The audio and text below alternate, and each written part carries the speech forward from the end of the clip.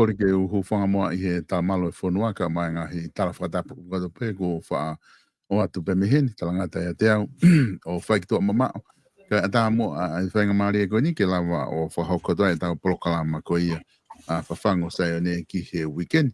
Nā loa tau mao e wiki o koe ni pia maalo ngahi ngau e kotoa pe o ku whahoko pe mi apina mo ngahi ngau e anga. Patanga pe ku wangole rei e tuka tiki mo tolu. Ka tau polokalama ko ia I he weekend ni neongo koe weekend e tolu koe ke lawa whahoko e tau polokalama I he whalauna whahoko atu ki wabao. Ka I he weekend ku mao e whainga maari e ko ni ke mao te whoki mai. Pe mo koe whikau sales waka, pe whoki a mipani waka. Ke tua hoko e tau polokalama ko ia ki he weekend. Pe ko atua e taritari loto fia, ma taritari loto mawhana ke tiki modolu ko toa pe. Ku mao kau mai mo ki modolu I he hoatani ke lawa ke whahoko ai e tau polokalama ko ia ki a honi. E taim tatau pe ko loto ke tatai le rei.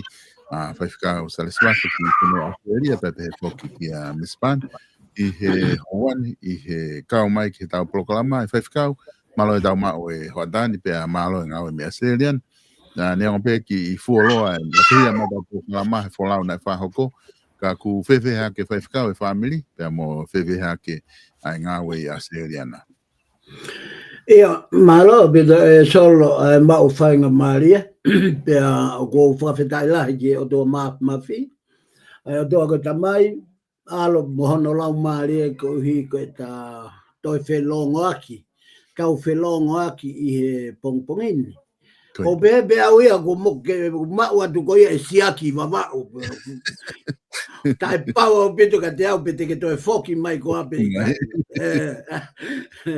Ka I he mau e whainga maria ko whiwhia lahi ko hi ke mea mai ke whakakato ho tau ui.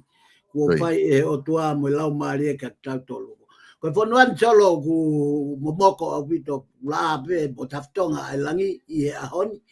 Pea ka koe momoko ku kei yo o pe ia. Pea I kai ngata e ka kulongo noa e whanua pea pe mo e kina ko ngā hala pure anga pe ko whelere ke ngahi melere ko hi ko ngahi pot keke. Pea koe tuunga ia o ku iai ai ea o e whanuani o ku kei momoko pe. Ko e whamiri ulelei pe ai whamiri ko e talu ho mawahe ko e mau polokalama anga mahe ni pe ko whakau ke toko lahe whakamopuna me ke mau lotu I PFT he wike ki he wike ki he wike.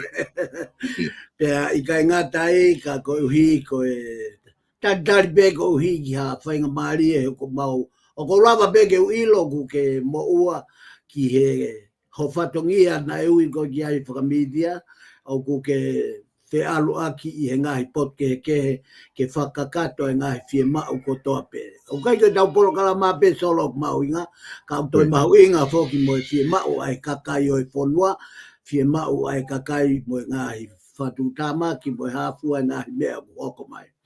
Pea koe whokpe ki update solo o ku ki putu au pito ai whe talanoa aki he taimini, pea o kua uia ki he tuunga ko humai. Na nau o mai e nau tolu solo I he kaweinga koe ke holo ke whare, pe nau o mai e kau specialist. Kau tangata e hao na tomo e nau ngahi misi, koe ke ilo pe kua uia nusilana pe kai, hao na tolu ia oro o sive papa koe whare. Ai au gai whahinga viviku e papa ia e kai toi lava ia ke toi tufuoloa. Ka nau hao nau tolo sivio nau pehe nau tolu ia papa whewheka, papa lelei, langa I he whonga motu a malu au pito. He nau hanga nau tolo awhi ake la I kapa ai fo I hoko ko toa pe. Pea perewa e nau tolo e mau ka nau kahanga holoki whare, he koe whare o tonu hono foi foundation e whare. Sai, e tōko tai mini, pea o mai o nau tuuma o e insiwa ia he nau mahu I ngā. Whamore solo o kai kuhinga e talanoa ko hui kua taki ki tau tolu he paanga mo e koloa. Ka kuhinga e ku talanoa ko e uhi. Ko e te tuu hamo oni, pea te tuu maua I ka pau ko e tangata kita ai otua. Oa te ke mana wahe, pe ona ke awhi ki tō hema mo tō matau tō mau, wano hinga ka e lava ke ilo e whina ngalo o e otua. Pea i he mau whetakai koe ni he mea, pea nau hau na tō mo i mahu inga motu a. Hau na tō mo i mahu inga motu a e na nau os claim, na mau os claim i koe ki he langa fo o langa, uraki langa. Koe paanga e fitu mano. Pea toi tu mau pe inchiwai ai, ka me inchiwai ai ka ke nau to hiki nau tolo he koe whakamore ki whare e whiunga pe moia. Sai, koe mea rem na he hokona mau toi kum e mau to e mau akau e mau builda fo o.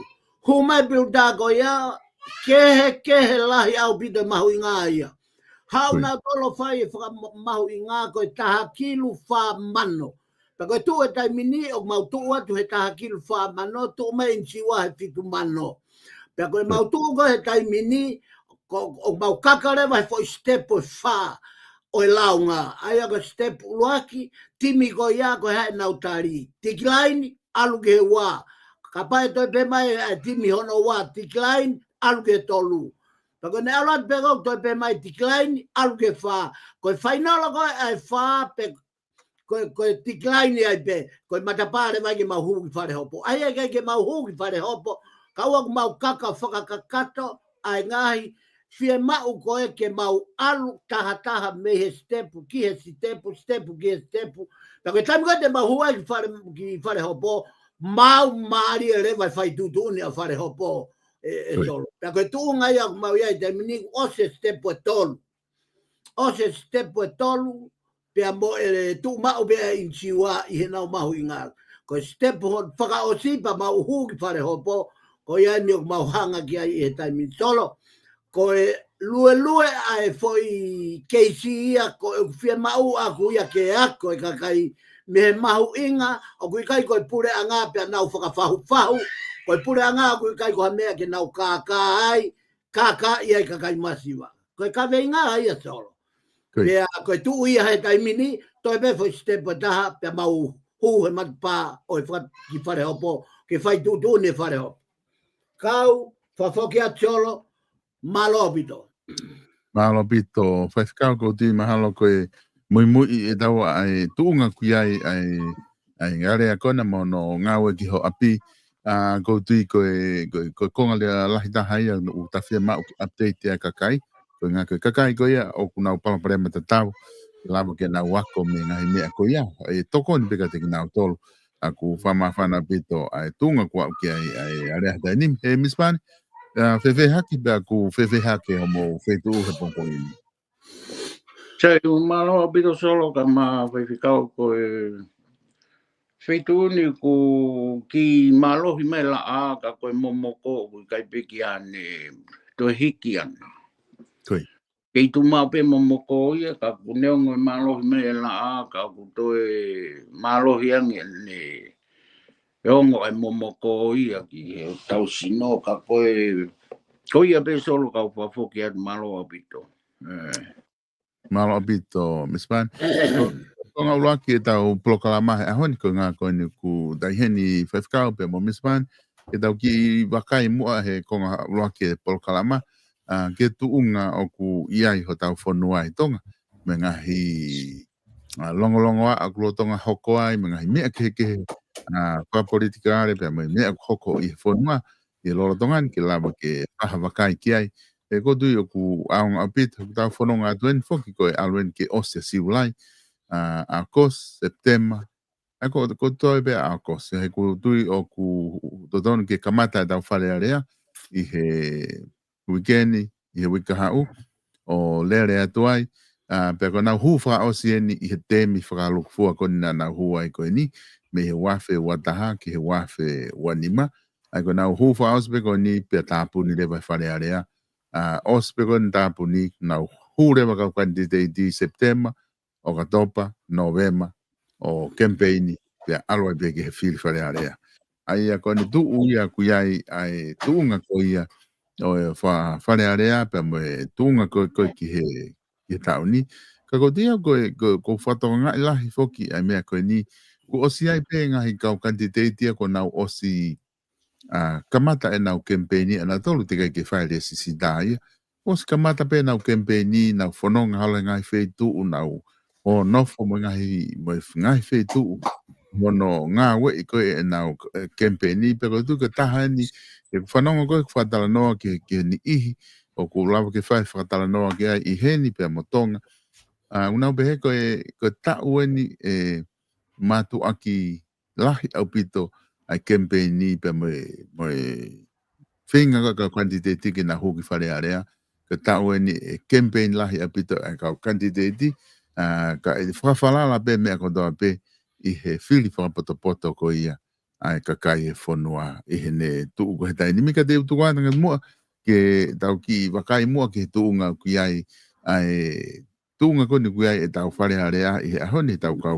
fonga ko ni loto e ko tu ko lele mai ko ni mi February o a o mai ke ahoni ono tataki mai e he paremia ato e ta isa ke eke pure anga o ku lahe ngahi mea o ku lawa ke nau nga unu ki mua he nau ngawe I he ngahi palani kou nau whahoko tau te fito ki he nau lava o whenga o aki pia mo e tui e whanua e whaiwhika ko konga eni o ko maho inga ia ke o atu ke tau kamata me ai ko ha ono mahu inga whakawholofola ki ha taki o ha whanua ke lawa whenga aki pia mo tu I o whanua ko e pani a sihoba ko tu wai benga mea pehena e hoko I he wholofola ka ha no mahu inga ke te tau tolu ke whiri maha tau taki mo tau pare mia o kumalawa ke nau whenga aki le rei pia mo tu I hange ko ia tau wakai ki ai me he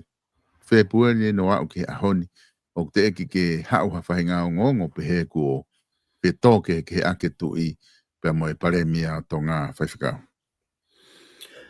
Ia, malo bita solo, malepea ko kauia I he whehu I mahu inga lahi taha ke whanongo a whanua ki he whehu I koe o kuke whai, o I kai makatuunga pe ia koe motuani, pe koe polo kalama, pe ko mispane, ka koe mahu inga a ho whehu I au ke tukuange ki he whanua ke o mai hanau tari. Kui. He koe tuunga koe o tohi tapu, koe mo ui anga ia o mamani koe tohi tapu. O tau mo ui tatolo he ofa ai o tua tolo. Kui. O kui kai ke tau mo ui ki tau tolu ia he koloa o mo ui ko e ni pia mo mamani. Mo hono tu maari. Whakatoka ngai e koe ia, koe tohi tapu ia, koe ha mai ai o tua o whelongo aki mo ene whanau ka ko Isileli. Pena e toki mahu inga maari e ki he kakai mo I kautaki o Isileli ai mea gui koe o tua. He koe o tua ko ia o gunehanga o pure I whakalu kufua ai mo ui pia mo e mate ai a whanua. O whakate whito e me o tua. O kai whakate whito ia me ha poto whakae tangata. Pea kui kai whakate whito ia me ha lao ai tangata. O whakate whito ia me he lao ai o tua. Koe uhinga ia solo he kai ke tau lava I o tukuange tui. He koe pureanga kotoa pe tau whoki ki Isileli. Koe tui kotoa pe na e hapi. Na nehanga e ia fotu ai fu ai tori. Nebkanesa. Pea me Babylone. Fotu ai fu ai tori. Pea whaka tutone kakai ke nau lotu ki ai. Ko harewa me nei hoko. Na nau whenga ke whakapongi a mesake mo apten ko o tafu e fufoni se afi o laku ki ai. I me wakai ata e tu ia kui kai toko tolu toko whaia. Tau sio ke mawhai e o tua. Tau nofo mau he mawhai e o tua. Whewhea tā niela. Tuuni ke whai e lo tu ke fu aitori. Pe hau ke taimi koe na e punou ai a Papilone ke fu aitori ka ne whakawa ia no matapā ki seusare mā pe hanga ki ai o lotu ki a Tihova. Pe atuange atu ai whaka o li ke fu whangalai o ne. Pia atu e whangalai o neo tūlu tui o whakaapa-apa ka Daniela. Solo, pe o mahino ki e whonua, ko e tui, ko e whakahaanga ia e o tua he whonua.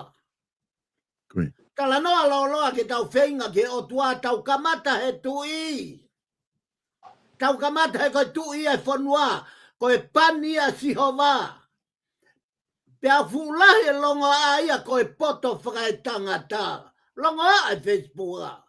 Longo a e kaupoto. Longo a e ngahi pureanga o kunau tū maari e whakamea tau. O kui kai koe po ini ia. Ko tonga ia ku kehe. Kehe a tonga mo Isleri i maman katoa. Pea nonga ku loma kia Isleri. Ka o kui ai e whakatua meri e anga mo e amanaki anga ia Isleri. Ki he taimi a e ho nau otua. Tatau me ia mo tonga. Neongo ku hake ngai whaingata ai tonga, ka au tau toa mo e amanaki, he koe whanua ne o tuku ki olunga ki he otua. Solo koe mahuinga ia tui. Ka pau he kai kau e tui i he whanua. Koe kato lau whanoa hamblanga ai whanua. He koe mea kotoa peo, koe whalala e otua, whalala ki he tui. Ke ne pani. He koe pani a Jehova. Ke tui.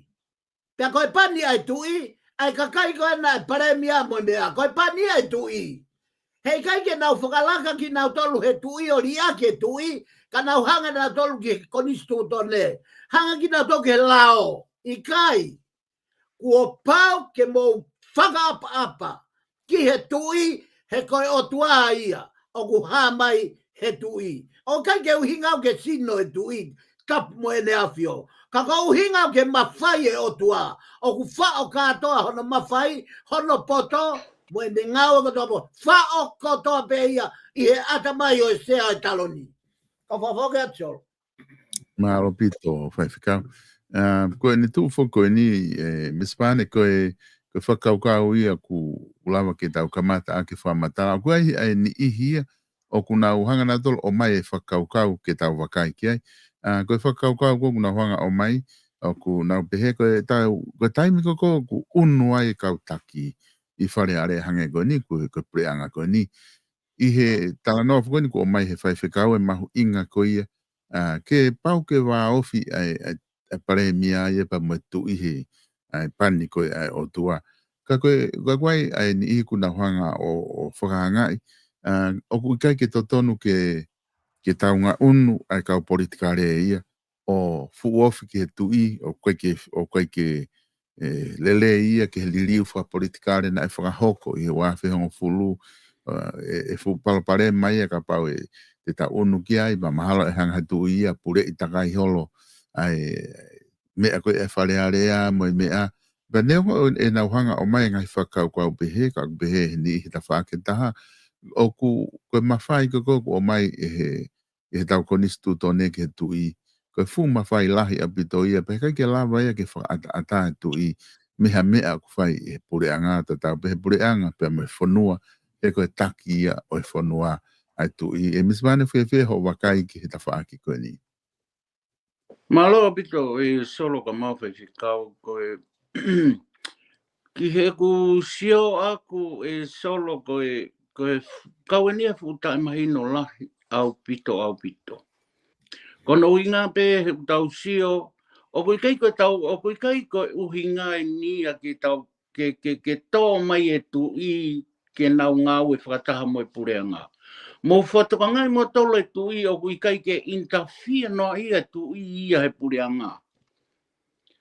O ku toki tō wholofola mai pe ai ne a whio he ngahi mea, o ku mahino ki he ene a whio, o ku mawa he pureanga ia, pia mei he konistu tone pia mo lao. Ko taimbe ia o tau siota o toki tō wholofola mai ai e tui. Ko whai tai mahi no ia, ko taimi koe o ku hoko ai e ngahi longoa a pehe, pia o ku tupu ia mihi kakai koe o ku nau taku, o ku kau e tui anu palere pureanga. I kai. Ka wana na te whoki pe ke whahino hino. Mo manatu ke whahinohino ko nai o mai, i he laka whakahatu i. Nai kamata mea nima pia mono, ai longolongo a, ki he pure anga. Pea ko ono, na e osi ha mahino, whainga tu e tu i, ki he kau mui mui, ke na wangi mui mai. Ka opu i kai tō kanga mai e kau mui mui ia. Ko pehe kau mui mui, kono ai moni pe koe pure anga. Nai whainga te tu i ke nau ngau e whakataha, ke nau whakaongong ke he umea ko ni. Ai ko uhinga koe ki ai e mau mo merino e whonua. Kai takitaha, ke sio koe ke he laka takitaha, whai pe ne mea ana. Hanga pe ia takitaha whai he ruhono ulu mo ngahi e ne mea pe ia ana. O kui kai ke nau tokanga na toke tui. Mo whakatoka ngai o kui kai ke interfere no ia tu ia. Ko ngahi mea ko tō pe o tō whola mai e tu i, mahino ke tu i, o nau tō hala ki nau tōlu, pia mei he konistu tōne pia moe lao, kono uhinga i o tō whola mai e tu i. He ka pauna i kai ke nau tō hala nau tōlu, e nau whakalere pure a ngā pia mei konistu tōne pia moe lao, he kai ke tō whola mai e tu i ngahi mea ko ni. Ka o hoko o mea lahi o longoa ai e whonua ko inga pia koe kakai ko e nau whakauhinga. O kuhanga mau pe he tau ngahi whakauhinga o mau i e mea lahi pia mea pure anga pa mo ngahi ngau e koe e whonua o kupai. Ka koi e ki au sia solo ka whapoki a lopi. Malo pito, Miss Pane, ko malo no tāna ki mai ki he tuunga. O ku ia e tau tala noa koeni ki he tuunga ku ia e whonua, tau kamata mai me kau taki. Whai whikau ko tau aloatu koe ni koe tau whanonga tue ni ko tuina lahi ngahi wālau i tonga na e whakahoko o whikau aki pia moe kau taha koe no kai ke whakafo e ai he pure anga ai contract kau taha koe una uhanga whai tau check in koe malai wakapuna i tonga kana e whai pe ai wakai ki ai e pure anga pe na whalo loa i mahina tolu ko ngā ka lawa ke whai hano li liu i he wakai ko ia ai minister ko ia ki ngahi business e pure anga gune pehe ko i hono tau ko ia mahu inga ko hono tau i drugs o ku mahu inga ke tāpuni i ho tau kau a whanua ke malu ki loka e matapa ko kuawa ko ia ke whapapau i o ku malu neongo ko ka venga ni aku lahi hono tala noa i molongoa ai no tala noa i he whanua pe ni i o ku koe whatongia koe ni whai e he kautaha koe ni Malawapuna nai uhinga koe hono keke te whaloloa e nau kontreki na expire o ku koe nau check in i pe te alatu ate te passport i me umea pe he koe hanga koe whahifo mai e uta me umea koe ia o koe kia nau kaunga ki he drugs o kulahi pe ngahi mea ia ku o kulava ke hua e whaitokona tā pōkitonga ngahi io te mga mea pe he ka i he ngahi o ngongo ia i he wike tolu mei heni ki mua na e rai o ngongo i Nusilani ko e Malawapuna o Kalani na e puke kau polisi ai e ni i o e kakai na nau whai koe whakahifo uta whakahifo me Malawapuna o mai te katoretagi ki mea ke te piki ai po na whakaheka koe tau uta na e maua e toko taha fitu na nau kau whenga o e aki i hono hu mai e drugs na e mahu inga ko panga e ua 4 miliona. Hono whenga i ke hao mai ki Nusilani. Aia oku ne o mai e case ko ni e whakaukau. Oku kai ke hao ko whenga mea kwhai e syndicate ko ne kautila drugs i mamani mga kautama ko nau. Whai ko na whakalere fu mea ko ni.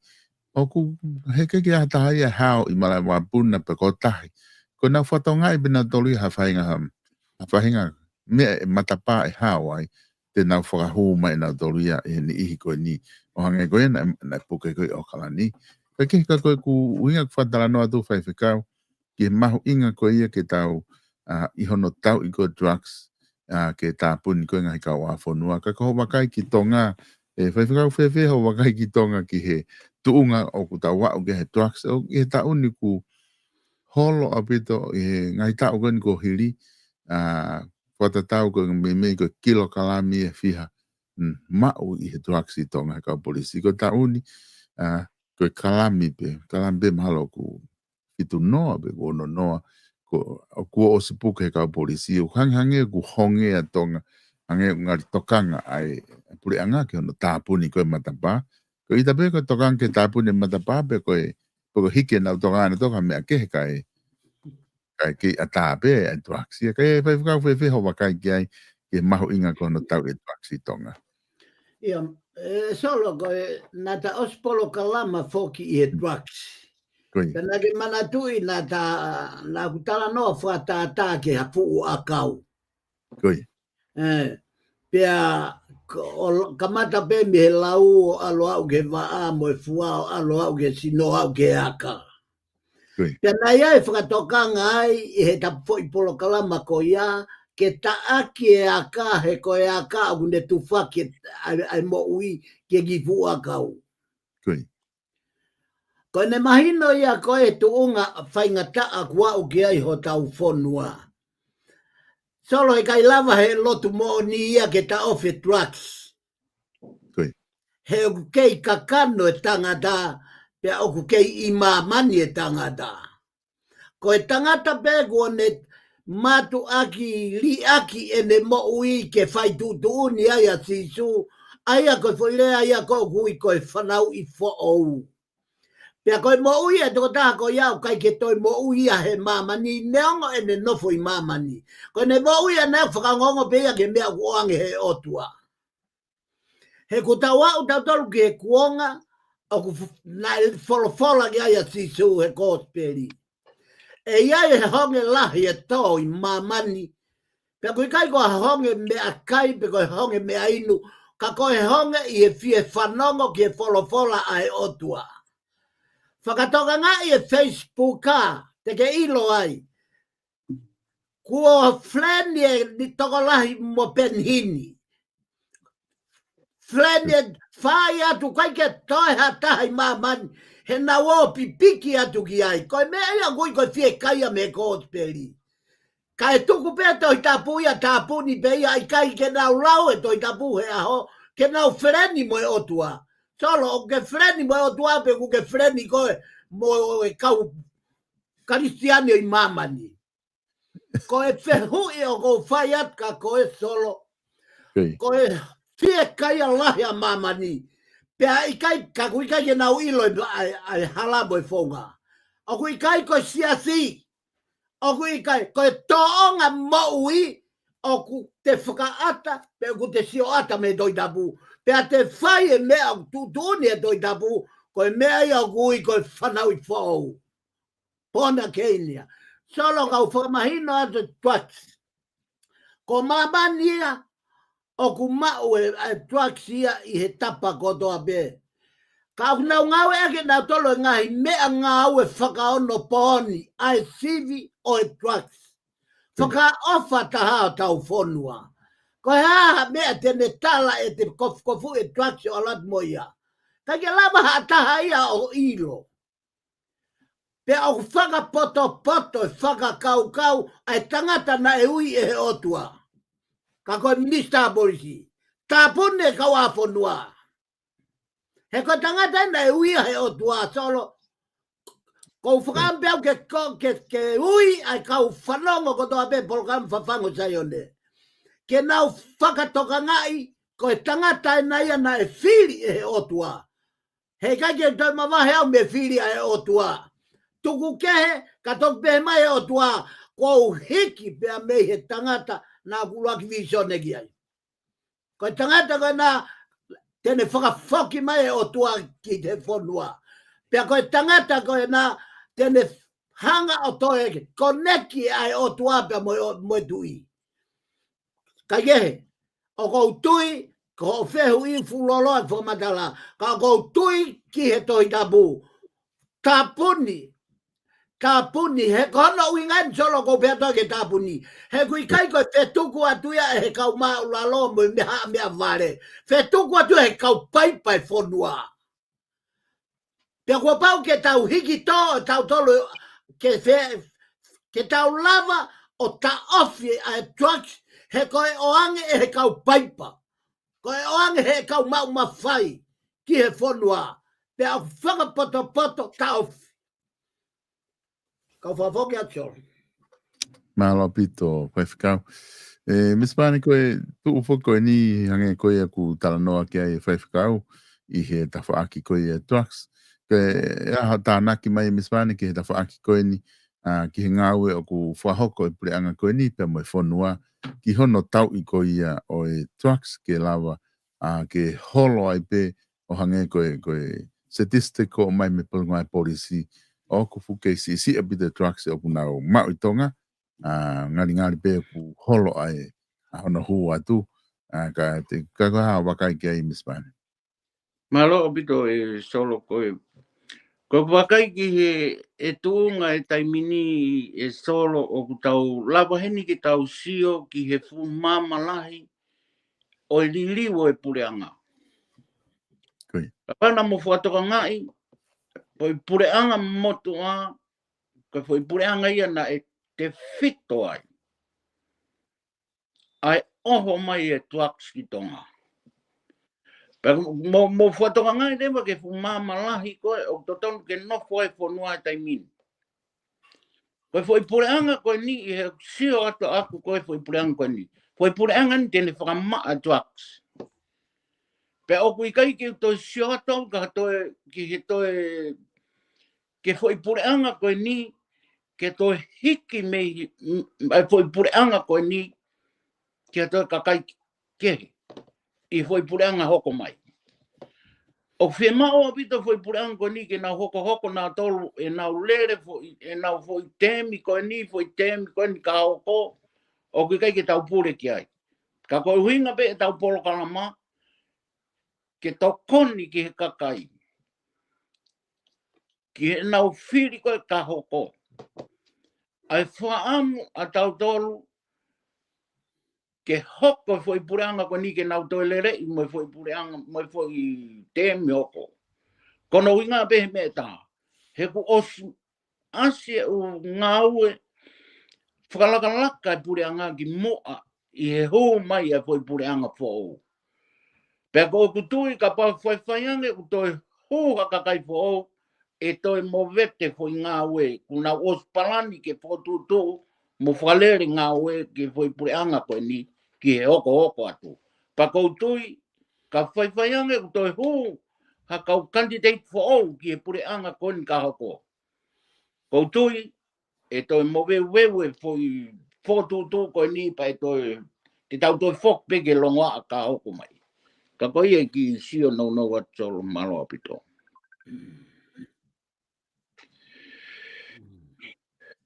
Malapito, Miss Pani he whaiwhikau ke tau ki whaosea ke ai whakau koe ni he ta whaaki koe ni tau tala noa ke ai.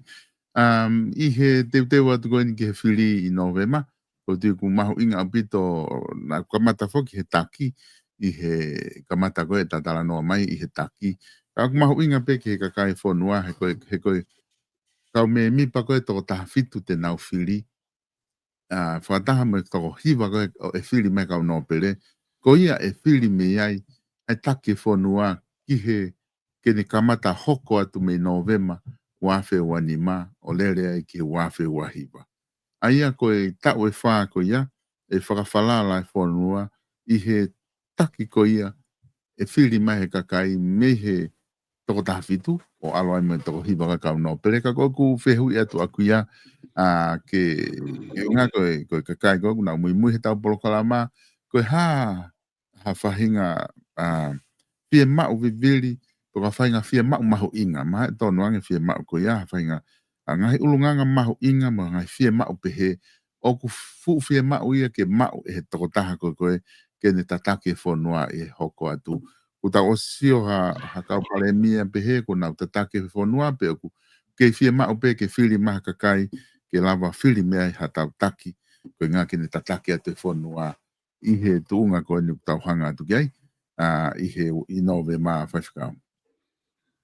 Ia, solo ko mea mahu inga lahi tā be ia, tau tau to'o pe tau tolu me he tohi tapu. Ko e tui ko no pe o Isleri na e falala o tua pe fuoloa he taloni. E peha a tau whiri hataki o e whonua. Uloaki, ko e toko taha, kua os whanau I whau e ne maui, pia ko ngahi ulunganga whoko ia, ku puri he ko ngahi ulunganga whakai kita. Pia tau mai a, tau lava ke whakahahai e tau tari o tua. Na ko hono wa, o whia mau au pito hataki ia o ku taki mua he lotu. He koe whare area ia, koe whare o e alea. Ka koe lau maria o e area, koe area e kakai lotu. Kakai o ku nau osi, whanau I whaou, kakai o nau whai totonu, kakai o nau whai ofa, kakai o nau whakamore more, o nau anga kātaki. Ka rea dia vai nima vesi ua uapea mo e ua tolu. O mahu inga o hataki, ke tau whotu I novema, ko hataki o ku tai mo. Ka uhinga ia o tau fie maari e ai solo I e pare mia o e ahoni. Pare mia fo ou. Ka uhinga na e hopa ke beia heka he sea o e pare mia tau pehe, ko se aua ia whonua. Pea koe taha beia e ne kawe inga, e ne whakaamu ke nau ngau e whakasevaniki. Ngau e whakatamai o eiki. Tonu au pito ia ke taki, ka e tau te fito ke whonua ki tonga. He koe whonua lotu, I loa a tonga ia he ahoni I he lotu. Ka kuke ilo hono fua, tau mate tato he mātolo.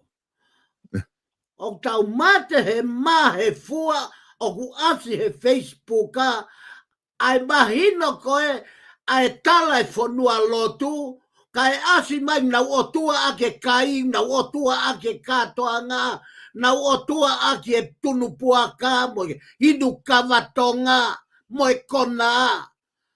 Solo, ko isi leri, na nau fau he mea koia. Hau e o tua wap ki nau dolu. Pea seduku ki nau dolu ki Babilone, tau e fitu mo fulu mataha, e nau mavahe mo nau whanua tupuanga. O kui kai whainga taa ke o tuake ne hanga ave a tonga ke ngau, ke tau o ngai popula ki fisi. Pea ke tau o ngai popula ke kau hamoa. I e whainga fua ku asi mai he lotu, e solo. Koe mahu inga e lotu koe toi tabu. Pea koe toi tabu o manawa. Pea koe manawa e o tua e whaikia e tau. Hei kai ke tau whaita toke he manawa mai hoa poto mua. Tangata ako pe koa palofesa pe koa toke ta. Kua pau ke tau whauta tolu he manawa mai ai lau maari e maa oni. Fie mau hataki ki he whonua. Ko e toko taha ku ilo o tua. Manawa he o tua. Apasia o tua. He koe ne apasia peke o tua. Manawa he ke o tua. E kai toi halaha me e tene whai. E tonu e mea kotoa peku ne pai. Koe hano inga, he kuos kamata ia moi o tua. O ilo usai. Ko popo kia tol. Malo pito whaiwhikau. Tāna ki mahu inga ko ke. O mai miswani ka o ki wha osek mua ke te koe.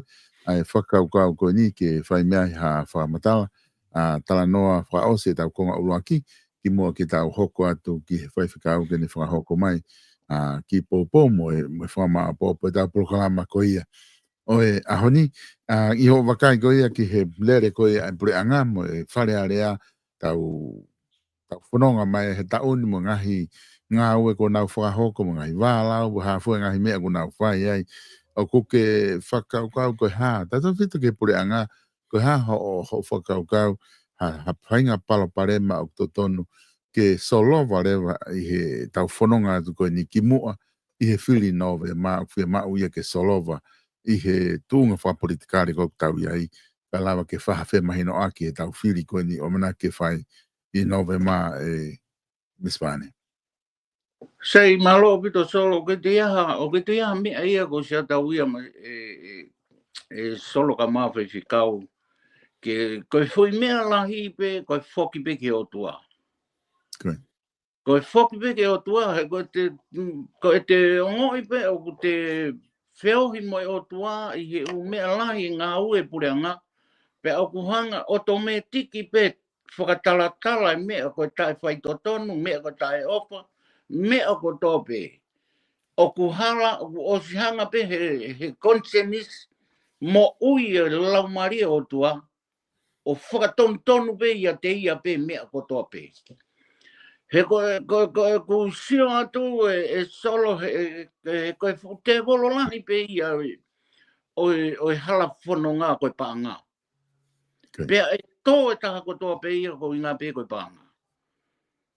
He ko alatu pe ha taha ia to tongi i ki ta ake hafu paanga lau mano ka e whai hafu i mea uhala. Ko pau ke tō ia.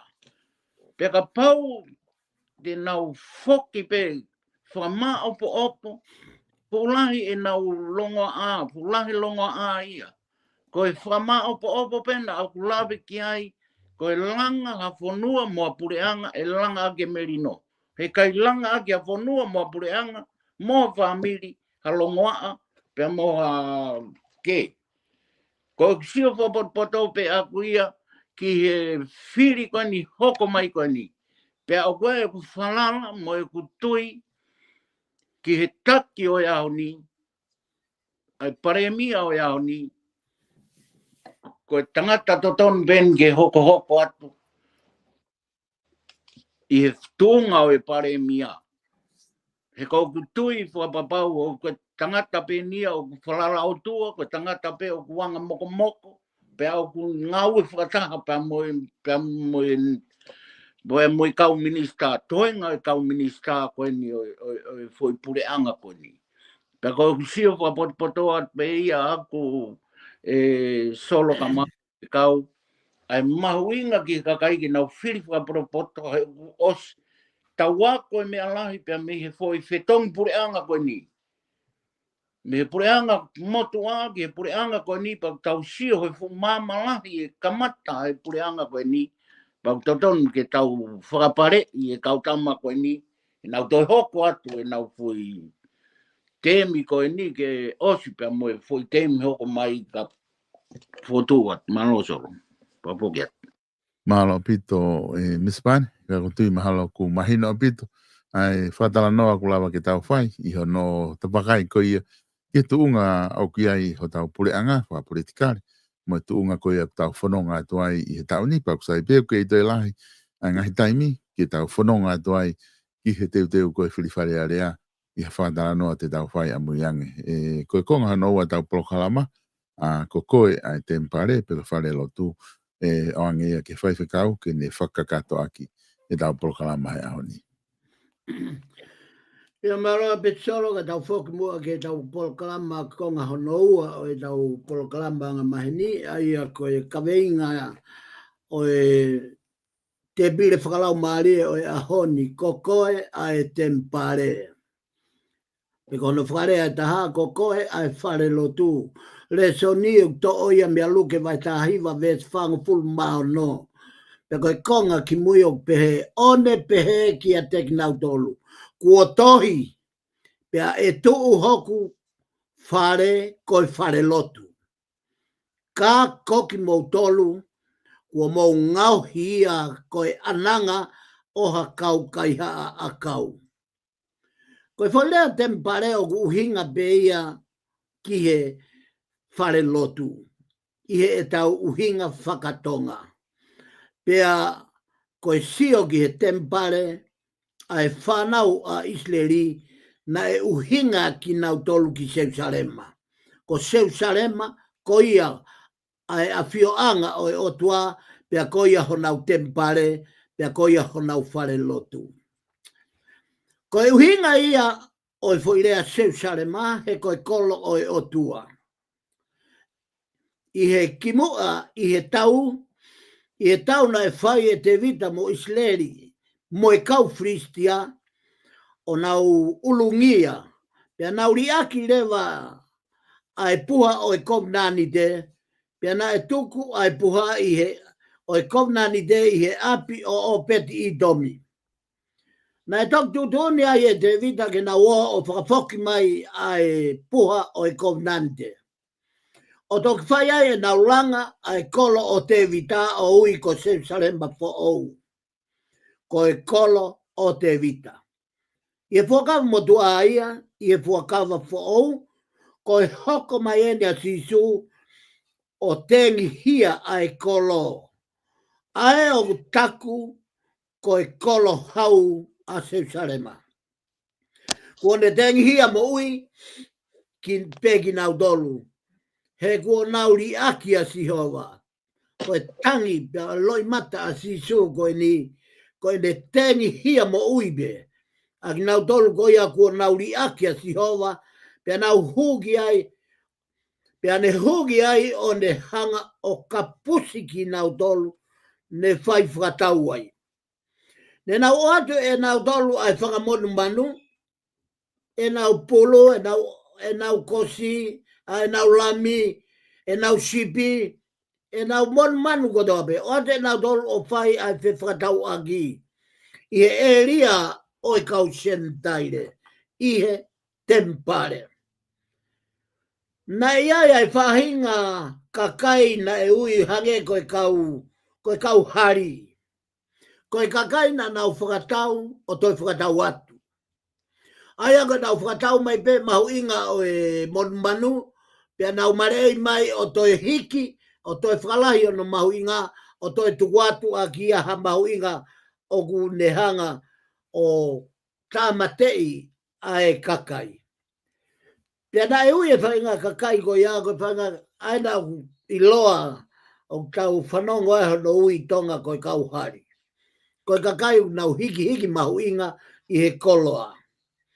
Na ia e whahinga hange ko i whakatauanga puaka na e ui ki nau dolu ia aini o kuhinga i e talanoa o nau hanga o hiki mahu inga pia motu aki a ngahi mahu inga mamafa.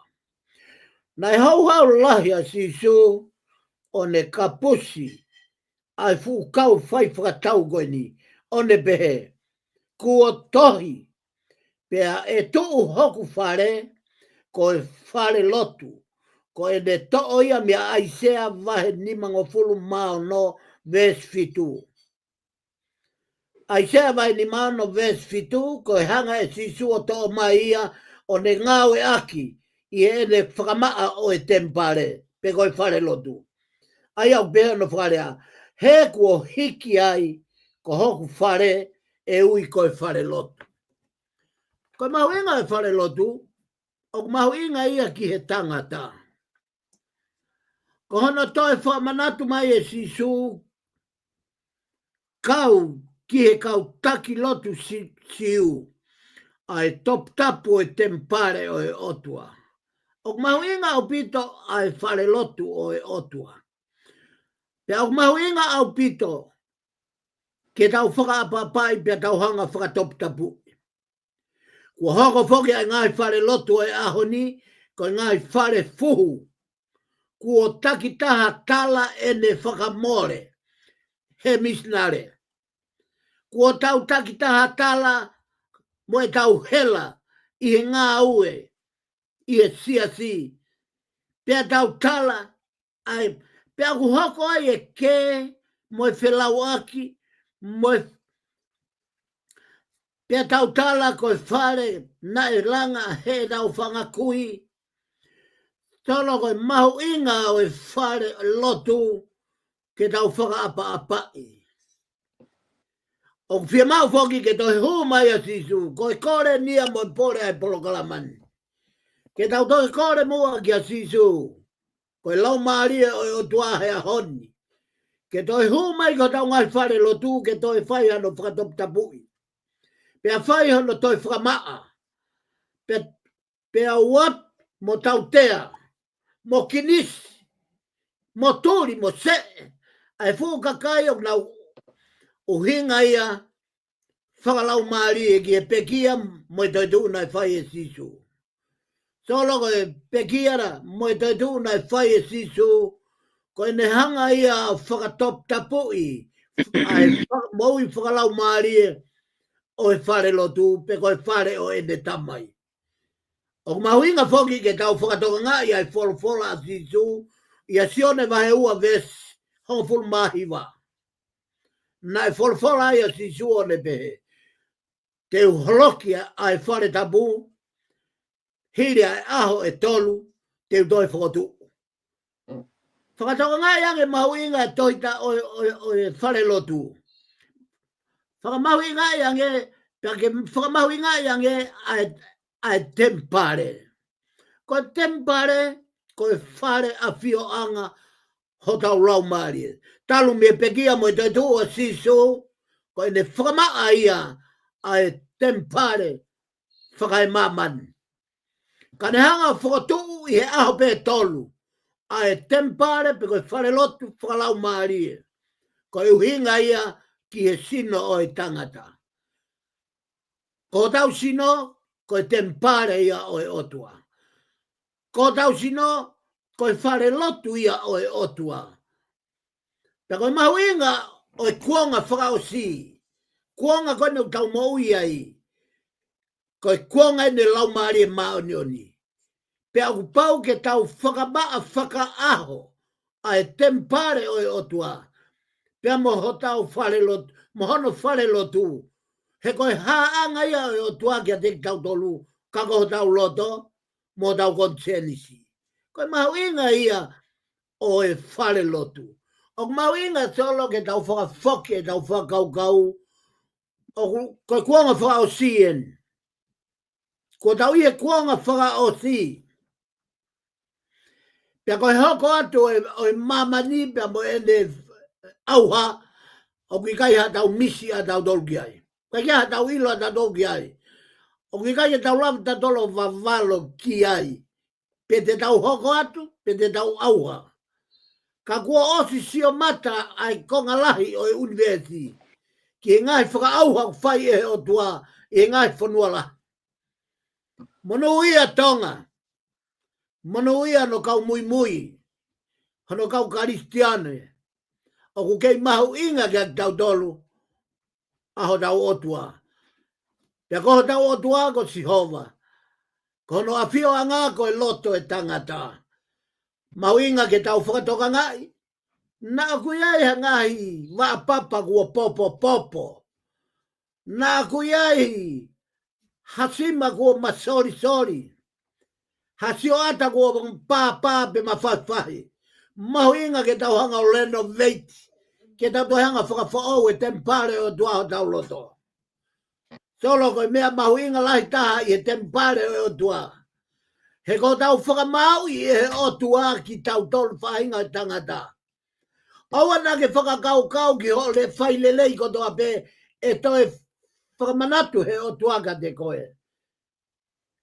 Ko e mea e whakamanatu e o tua ka te koe, ko e anga hala o kei toe ho moui. He ose o whakamatala ho ngawe ia mamani, pia mo ho ngawe lahi nai whai, mo ho whai whekau, o au o ke retire mi o tuunga whai whekau, pe au whoka ke malanga e kosperi, tua fia he aho, he wike he mahina. O kui kai koe mea ia whai aho whakamau. Koe mea koe e hoko mai a sisu. I longa hanga hala na ke tai whakamore more. Koe e hawa sisu o whakamanatu atu. Malo au pito. Ho whaie, whaie, whaie. Malo au pito ho ofa, whaki ki he, whaki e siasi, whaki ho misnare, whaki ho tukumaui, whaki ho. Ka. Hei kai te ke huge puranga. O ange koe wholofola kia Mosese. Ko e tupe i he mounga o nipo, pe a whaia i e nesio, te ke ngata he, e kai te ke au ke whanua e tala o wha. Magatunga he ha, he nai kai ngalo i he otua e me fo i tala ngata. Pe atu ke lea ke maka, ka ne to e toko ta ia ke maka. Sio ke mahu inga ke tau moui whakamerino. Moui whakalelei, whakamore more ki ho tau kau ngā whanonga. He toi whakamanatu ho tau whakamaui i e hoporo i e aholahi. He kai toi whakamanatu mai e o tua aia solo e tau ngā welelei.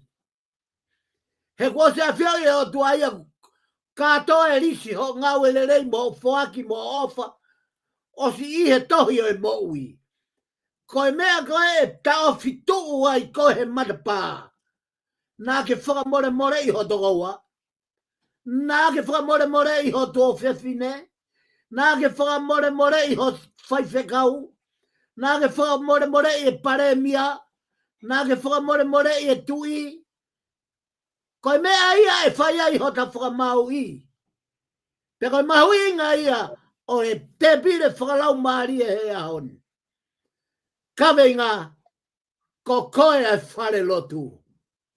Ko koe o totonu ke whakamaa a e tempare o e otua.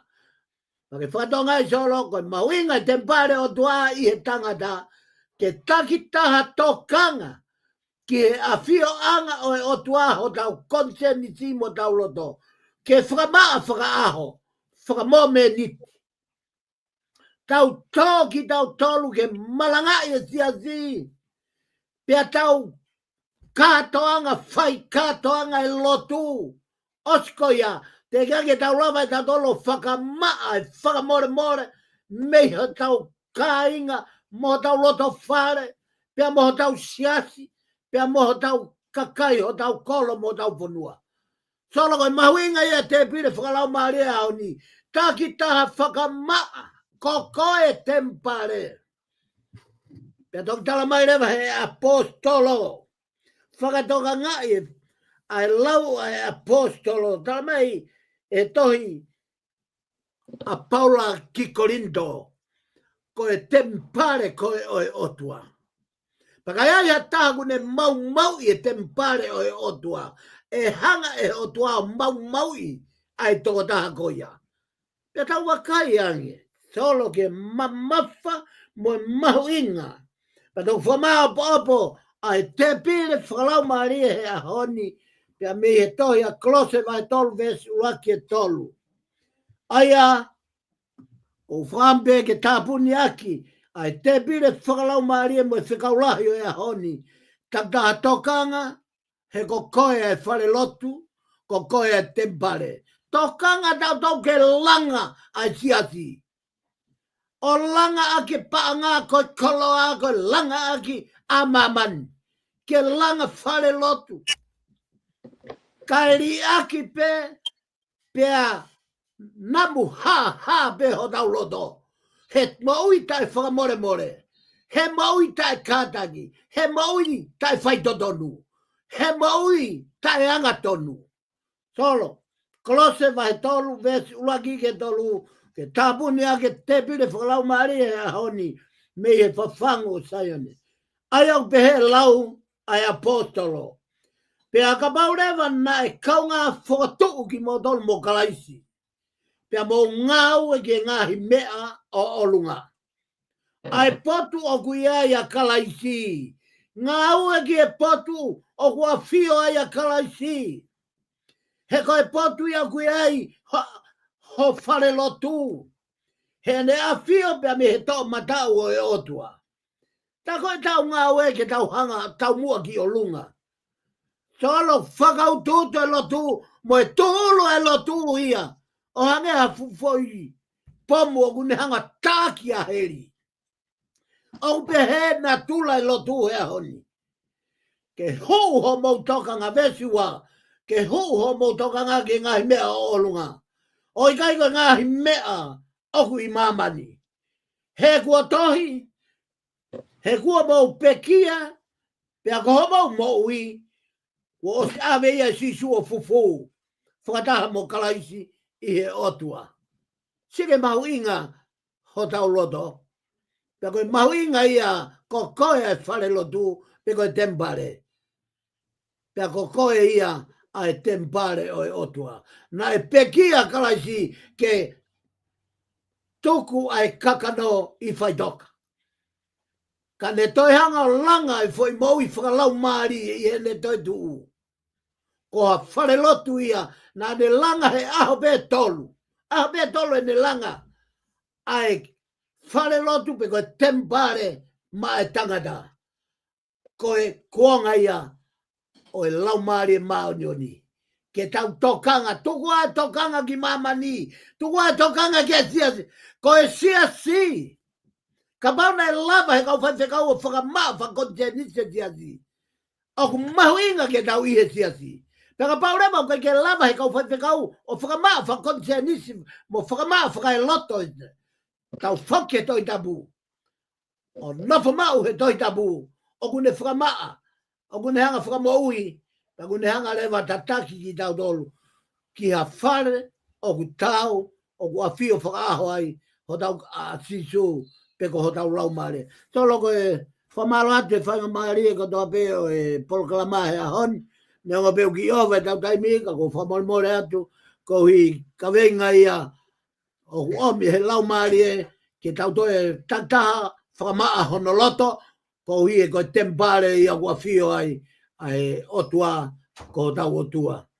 Ko e otua ou, ko e otua oku, pe ko e otua e siasi, ko e otua e whanua, pe ko e otua ia otonga. Whamalo atu ke kau ngā pirikimi ko toa pe, me kau karistiane ko toa pe, kāinga tonga ko toa pe. Ko whamanatu atu e ko speli a luke vai tā hiva ves whāno, kua tohi, ko koe moau, ko e whare whai anga lotu ia, o e lau maari e maunioni. Whamalo atu solo ki te koe mo e viponi he proklama e ahoni, whamalo atu ke kau ngā ue ki a mispane, pe ko whamalo atu ke kāinga ofa ko toa pe ko moa whea e te pili whakalau maari e ahoni. Ofa ke tāpua ki moto he lau maari e maunioni. Pe ke ne hanga o a fuhi ki motolo a ka kles, ki he moi loto lui e sino, ata mai pe mo e lau maari e kau tatau atua e ki ofat. Malo apitoro. Malo solo. Malo pito whaiwhikau. Kua malo atu he lava e tau proklama e ahoni. Ka malo atu ke tiki mo tolu ko toa pe kainga ko mo mui mai. Pa mo e whaafe ke tau te ke mo te kau mai pe proklama. O e pule lulu i ke kahau. Malo pito mispane. Ofa atu whaiwhikau mo mispane ka tau toki sio i kahau. Ofa atu solo. Ofa atu solo.